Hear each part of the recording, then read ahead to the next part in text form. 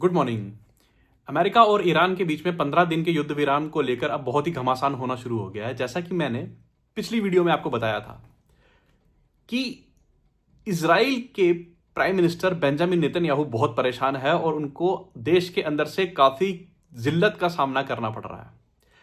अब समस्या बहुत ही गंभीर और पेचीदा होती जा रही है। समस्या यह है कि अब ईरान और अमेरिका तो लड़ाई नहीं करना चाहते, वो इस युद्ध से बाहर जाना चाहते हैं।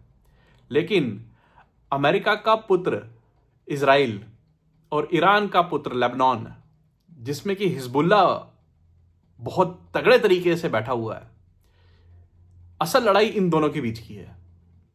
अब इजराइल और हिजबुल्ला के बीच की जंग बहुत खतरनाक तरीके से आगे बढ़ रही है। इजराइल के प्राइम मिनिस्टर बेंजामिन नेतन्याहू तो बिल्कुल भी नहीं चाहते कि यह लड़ाई को रोका जाए, लेकिन अमेरिका, क्योंकि दुनिया का सारा प्रेशर अमेरिका के ऊपर है, तो अमेरिका धीरे धीरे पीछे होना चाहता है। अगर इजराइल लेबनान के ऊपर इसी तरह हिजबुल्ला का नाम लेके अटैक करता रहा, तो ईरान को वापस हिजबुल्ला को बचाने के लिए दोबारा से कुछ ना कुछ करना ही पड़ेगा। आपकी जानकारी के लिए स्ट्रेट ऑफ हॉर्मुज को फिर से बंद कर दिया गया है। कुछ जहाजों को शायद पास होने की अनुमति दी जाए, लेकिन हालात वैसे ही हैं।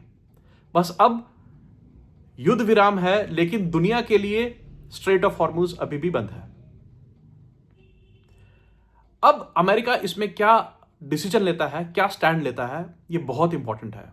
अगर अमेरिका पीछे होता है तो इजराइल के बुरे दिन शुरू हो सकते हैं, और अगर ईरान पीछे होता है तो लेबनान के बुरे दिन शुरू हो सकते हैं। अब देखना यह है कि क्या ये दोनों देश फिर से युद्ध करेंगे, या दोनों में से कोई एक देश पीछे होगा, या दोनों देश पीछे हो जाएंगे। अगर दोनों देश पीछे हो जाते हैं तब भी लेबनान को बहुत ही खतरनाक समय से गुजरना पड़ सकता है। पिछले 24 घंटे के अंदर लेबनान के लगभग 260 से ज्यादा सिविलियंस को इजराइल अपने 5 बार एयर स्ट्राइक करके मार चुका है। इजराइल लेबनान में वैसे ही हालात पैदा कर रहा है जैसा कि उसने गाजा में किए थे। लगभग 2.5 साल गाजा में लगातार एयर से अटैक और ग्राउंड फोर्सेस से अटैक करने के बाद आज भी गाजा के हालात सामान्य नहीं हुए हैं। अगर ईरान आगे नहीं बढ़ा और अमेरिका पीछे नहीं हुआ तो लेबनान के हालात भी ऐसे ही हो जाएंगे। आपके लिए तेल की कीमतें फिर से बढ़ना शुरू हो गई हैं। $90 प्रति बैरल से तेल वापस लगभग $96-97 प्रति बैरल पे आ चुका है। एक दिन पहले जो स्टॉक मार्केट ने जंप किया था, आज फिर से इंटरनेशनल स्टॉक मार्केट वापस नीचे का रुख ले रही है। आने वाले समय में क्या होगा, जहां तक मुझे लगता है कि दोनों ही पीछे होंगे। ईरान के पीछे हटने की चांसेस बहुत ज्यादा मुझे लगते हैं, क्योंकि ईरान लड़ने की क्षमता में नहीं है।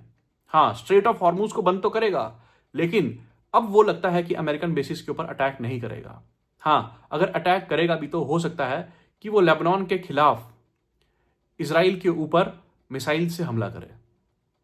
अगर ऐसा करता है तो अमेरिका फिर भी कहेगा कि अटैक हमारे पे नहीं, इजराइल पे किया जा रहा है। तो देखते हैं आगे क्या होता है। Thank you for watching this video. और अगर आपको मेरे कंटेंट पसंद आ रहे हैं तो आप प्लीज मेरे चैनल को लाइक, सब्सक्राइब और फॉलो जरूर कीजिएगा। Thank you so much.